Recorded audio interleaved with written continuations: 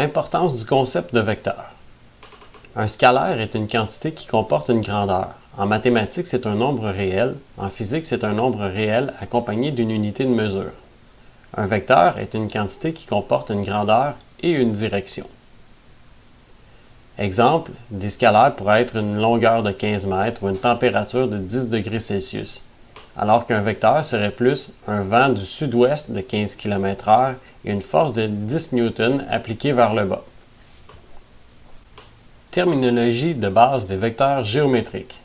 Un vecteur géométrique est représenté par un segment de droite orienté ou une flèche et il est caractérisé par une origine, qui est le point de départ du vecteur, une extrémité, qui sera le point d'arrivée du vecteur, une longueur, qui est la distance entre l'origine et l'extrémité du vecteur, une direction, qui est l'angle mesuré dans le sens antihoraire, formé par le vecteur et une demi-droite horizontale issue de l'origine du vecteur et ayant la même orientation que l'axe des abscisses. La droite qui porte le vecteur est appelée droite support du vecteur. Pour les notations, habituellement, on notera les vecteurs par U, V ou W ou une lettre minuscule de l'alphabet. Lorsque les vecteurs partent d'un point connu A et vont jusqu'à un point connu B, on utilisera plutôt la notation AB avec une flèche au-dessus. Si les points sont nommés par C et D, ce sera CD avec une flèche au-dessus, etc. La longueur d'un vecteur sera notée par la notation suivante qui ressemble à une genre de double valeur absolue. Et quand on verra ce symbole-là, on sait qu'il s'agit de la longueur d'un vecteur et donc ça correspond à un nombre réel. Remarque, la longueur d'un vecteur peut être appelée norme, module ou intensité. Quand vous voyez un de ces quatre noms-là, il s'agit toujours de la longueur du vecteur. Certains auteurs caractérisent un vecteur en distinguant le sens et la direction. La direction étant la caractéristique commune à toutes les droites parallèles au vecteur et comprenant alors deux sens opposés. Dans notre cas, la direction d'un vecteur est en fait une direction orientée qui inclut le concept de sens. Définition. Le vecteur nul, noté 0 avec la flèche au-dessus, est un vecteur dont la norme vaut 0. C'est le seul vecteur dont la direction est indéterminée. Il faut faire attention quand on fait nos calculs de distinguer le 0 vectoriel du 0 scalaire. Pour les distinguer, on met une flèche lorsqu'il s'agit du vecteur et on n'en met pas lorsqu'il s'agit du scalaire. Définition. Soit U et V, deux vecteurs. U et V sont dits vecteurs égaux ou encore vecteurs équivalents si et seulement si ils ont la même norme et ils ont la même direction. Remarque, pour être égaux, deux vecteurs n'ont pas nécessairement la même origine et la même extrémité. Il faut être capable de faire coïncider les origines et les extrémités à la suite d'une translation. Par exemple, même si on voit deux vecteurs présentement, U et V, comme ils ont la même grandeur et la même orientation, on peut considérer qu'il s'agit en fait du même vecteur. Donc dans ce cas-ci, on aurait U égale V. Exemple, soit les vecteurs représentés ci-dessous. Les vecteurs U et S sont égaux car ils ont la même longueur et la même direction. Les vecteurs U et V sont parallèles et de même longueur mais n'ont pas la même direction. Ils sont de direction opposée et ne sont donc pas égaux. Les vecteurs U et R sont de même longueur mais ne sont pas parallèles. Ils n'ont pas la même direction et ne sont donc pas égaux.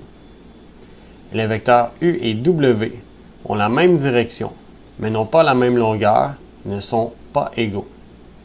Les vecteurs U et T ne sont ni de même longueur ni de même direction et ne sont pas égaux. Définition. La direction d'un vecteur non nul du plan est l'angle, mesuré dans le sens contraire des aiguilles d'une montre, que fait ce vecteur avec la partie positive de l'axe des abscisses lorsque ce vecteur est issu de l'origine du plan. Rappelez-vous qu'il est possible de déplacer un vecteur sans le changer pour autant, c'est-à-dire qu'on peut déplacer un vecteur si on ne change pas sa grandeur ni son orientation. Il est donc toujours possible de prendre l'origine de notre vecteur et de l'amener à l'origine d'un plan XY pour y mesurer son angle. Définition. L'angle entre deux vecteurs non nuls U et V est le plus petit angle θ déterminé par ces vecteurs lorsque, après translation ou non, leurs origines coïncident. Par conséquent, l'angle est toujours entre 0 et π si on le calcule en radians, ou entre 0 et 180 si on le calcule en degrés.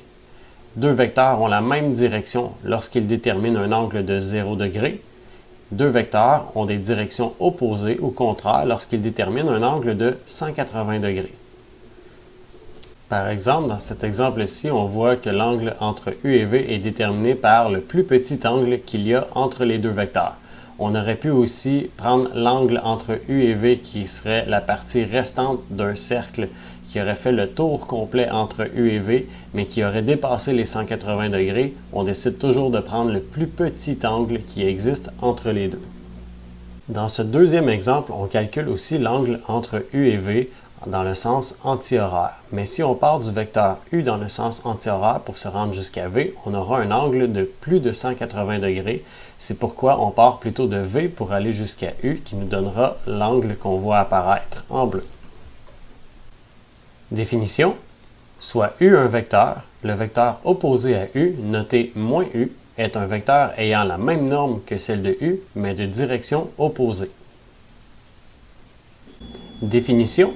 Soit U et V deux vecteurs non nuls. U et V sont dits vecteurs parallèles si et seulement si l'angle entre les deux est de 0 ou π si on parle de radians, ou encore 0 ou 180 si on parle de degrés. Pour la notation, on note U parallèle à V avec deux barres obliques qui signifie que les vecteurs sont parallèles entre eux et donc les vecteurs sont parallèles lorsque θ vaut 0 ou π radian ou encore 0 ou 180 degrés, comme on peut le voir dans l'exemple ci-dessous où les trois vecteurs sont parallèles sans être de même grandeur ou de même orientation. Exemple. Trouvons les angles déterminés par les vecteurs U, V et W suivants.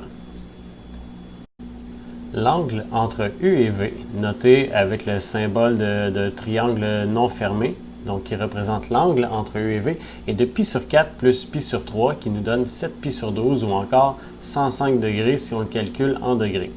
La raison pour laquelle on a un π sur 4 qui apparaît, c'est que si on regarde l'angle qu'il y a entre l'axe des X et U, qui est donné en vert, on s'aperçoit que cet angle-là est de 7 π sur 4 si on fait le grand angle.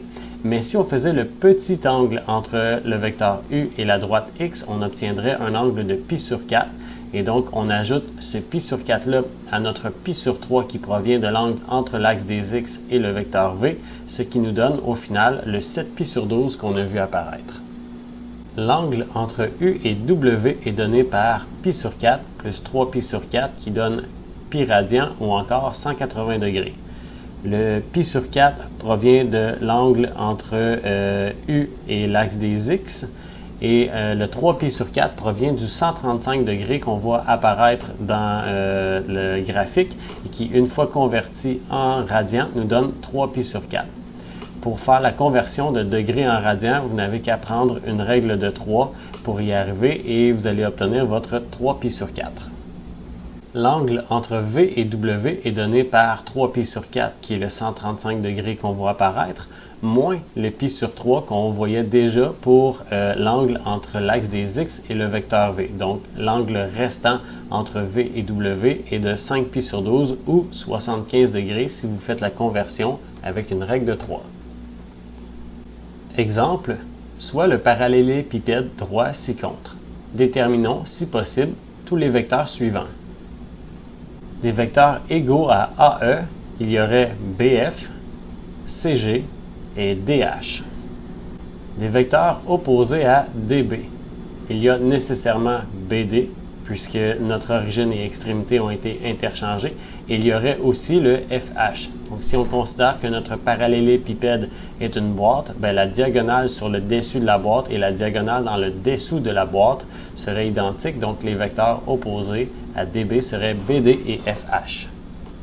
Pour les vecteurs égaux à FD, il n'y en a aucun, puisque si on considère encore une fois que notre parallélépipède est une boîte, il y aurait le vecteur EC qui pourrait paraître comme un vecteur de même longueur que le vecteur FD, mais qui n'aurait clairement pas la même orientation. Donc le vecteur partant de F pour aller jusqu'à D est le seul qui soit dans cette orientation-là, donc aucun autre vecteur ne pourrait être égal à celui-ci. des vecteurs égaux à EB, il y aurait le vecteur HC. Des vecteurs opposés à EG, il y aurait nécessairement GE, mais aussi CA.